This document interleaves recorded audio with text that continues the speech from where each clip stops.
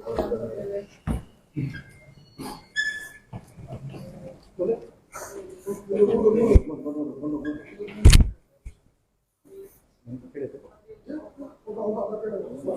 kiri sedikit, Pak.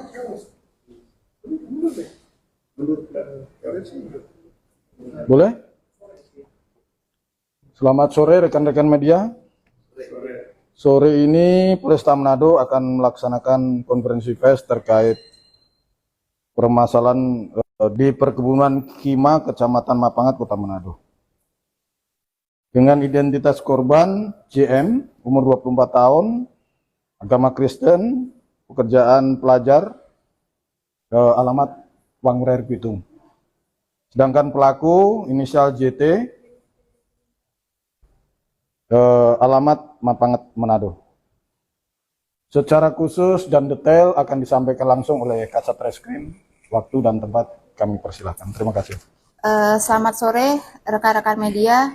Ya, laporan berawal dari adanya laporan masyarakat pada hari Jumat sekitar pukul 08 WITA, ya, itu telah ditemukan adanya laporan penemuan mayat di lokasi Kima di Kecamatan Mapangat, ya. Kemudian berdasarkan hasil olah TKP dan hasil pemeriksaan oleh tim identifikasi Polresta Manado bahwa telah terjadi dugaan awal itu adalah pembunuhan, karena sewaktu tim ident turun ditemukan adanya bekas tusukan sebanyak 3 tusukan, yaitu di lengan, di bagian dada, kemudian punggung,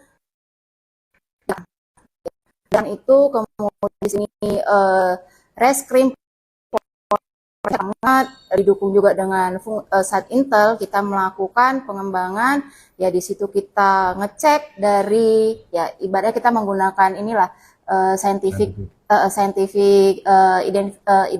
investigation, ya di situ kita mempergunakan alat untuk ngecek keberadaan handphone dari si pelaku maupun si korban sendiri, sampai kita melakukan CDR, celebrate, ya dari nomor handphone tersebut, sampai kita bisa membuka Facebook dari si korban sendiri, ya, sampai akhirnya kita bisa melakukan pengungkapan terhadap kasus ini, ya. Setelah kita lidik lebih lanjut, di sini begitu diamankan, penyidik melakukan lidik lebih lanjut bahwa dugaan ini adalah tindak pidana pembunuhan berencana, ya, pembunuhan berencana, karena dari pemeriksaan dari pemeriksaan si pelaku sendiri bahwa memang di hari Kamis, ya, di hari Kamis itu tanggal 29, ketika si korban ada menghubungi pelaku, di sini pelaku langsung tertimbul niat, ya, tertimbul niat, karena awalnya si pelaku sendiri ini merasa sakit hati, ya, merasa sakit hati sampai menimbulkan dendam. Sakit hatinya bermula dari sekitar bulan Mei tahun 2024, ya, dari sakit hati, mohon maaf sebelumnya, di sini kami utarakan bahwa diduga si korban memiliki perilaku seks yang menyimpang, ya, memiliki perilaku seks yang menyimpang. Kemudian pada bulan Mei si korban ada bersama-sama dengan si pelaku, ya. Kalau rekan-rekan ketika saya bilang ada perilaku seks menyimpang, rekan-rekan sudah, ya, jadi itu si korban, ya, ada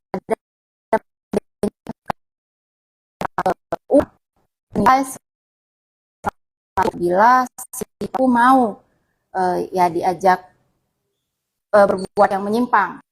Namun pada di bulan Mei itu si korban hanya menyerahkan uang 50.000, ya.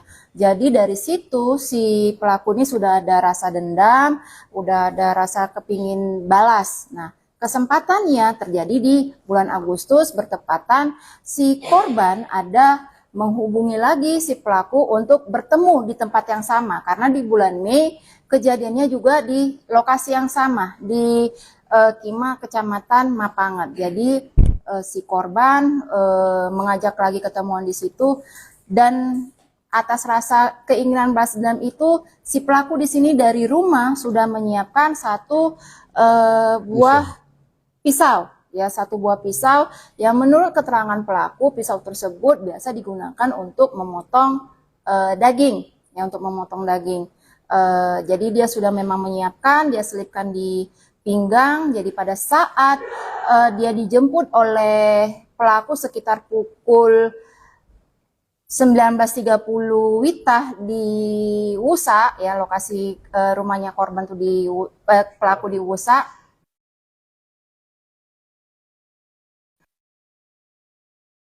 Ini si pelaku melakukan penikaman sekali, yaitu tepat di punggung bagian kanan, bukan punggung ya, apa sih daerah sini itu yang hampir-hampir pinggang, ya, sekali. Kemudian di situ si korban sempat lari dan sempat kejar-kejaran juga dengan pelaku.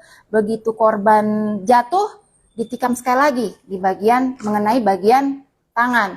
Nah, setelah di bagian tangan itu korban sudah betul-betul jatuh, dia langsung menikamkan ke dada, ya, antara leher dengan dada lah, di pertengahan. Langsung menikamkan, kemudian di situ si pelaku sempat lari dan melihat, dan si pelaku sempat melihat si korban berusaha mau menyelamatkan diri, ya, berusaha mau menyelamatkan diri dan berusaha nyebrang, ya, berusaha nyebrang ke lokasi yang tempat mayatnya ditemukan. Ya, di situ korban sempat lari dan terjatuh, makanya dari hasil identifikasi juga terdapat luka di bagian kening, ya, luka lecet di bagian kening, ya.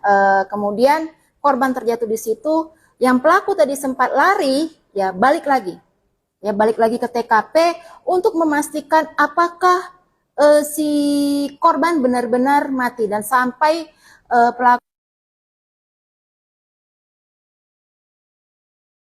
sudah benar-benar mati atau tidak,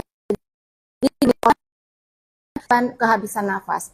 Nah, ketika si korban sudah benar-benar meninggal, di sini si pelaku langsung menarik si korban, ya, ke titik TKP penemuan mayat. Jadi dari pinggir jalan yang dekat aspal itu langsung dia seret si korban, menarik bajunya, sampai ke lokasi titik penemuan mayat. Jadi ya, memang awal mulanya korban dengan pelaku ini berkenalan melalui via Facebook, ya. Kita juga udah buka Facebooknya, di mana si korban menggunakan identitas wanita.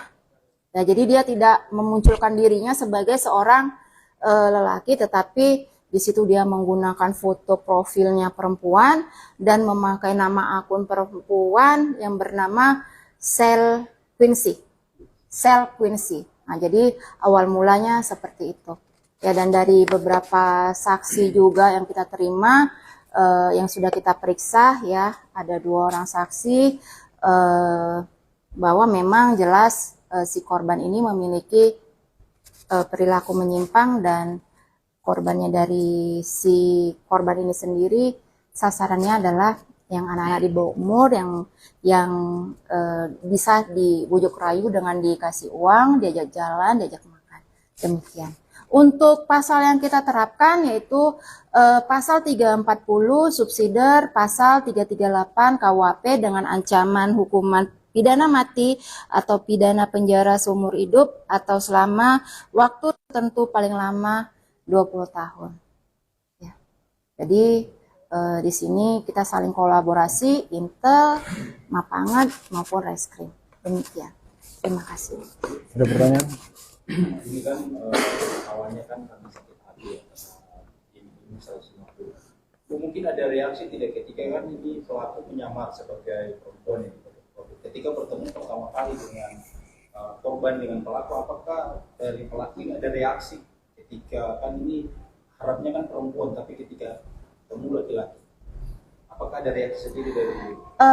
Seperti tadi yang saya sampaikan, ini ada iming-iming uang, di mana di sini si pelaku memang butuh uang jajan karena kan pelaku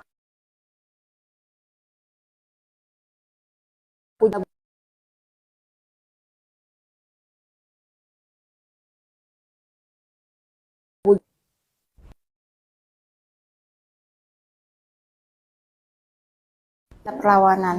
Satu pelaku itu keterlibatan orang lain. Ya,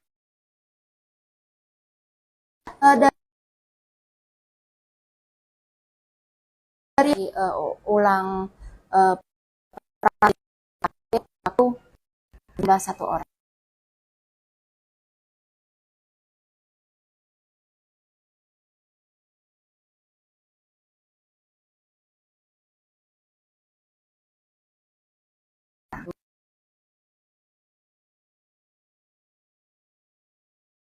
Cuman baru sifatnya ajakan.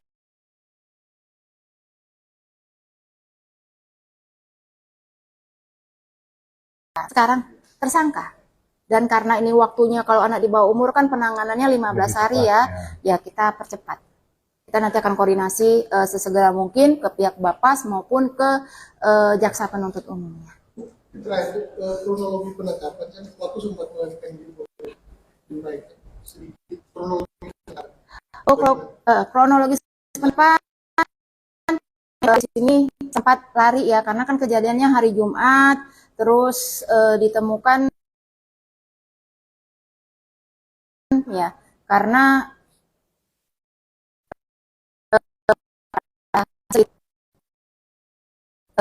bersalah ya, merasa dia karena kalau saya lihat dari aku ini dia aktif di gereja.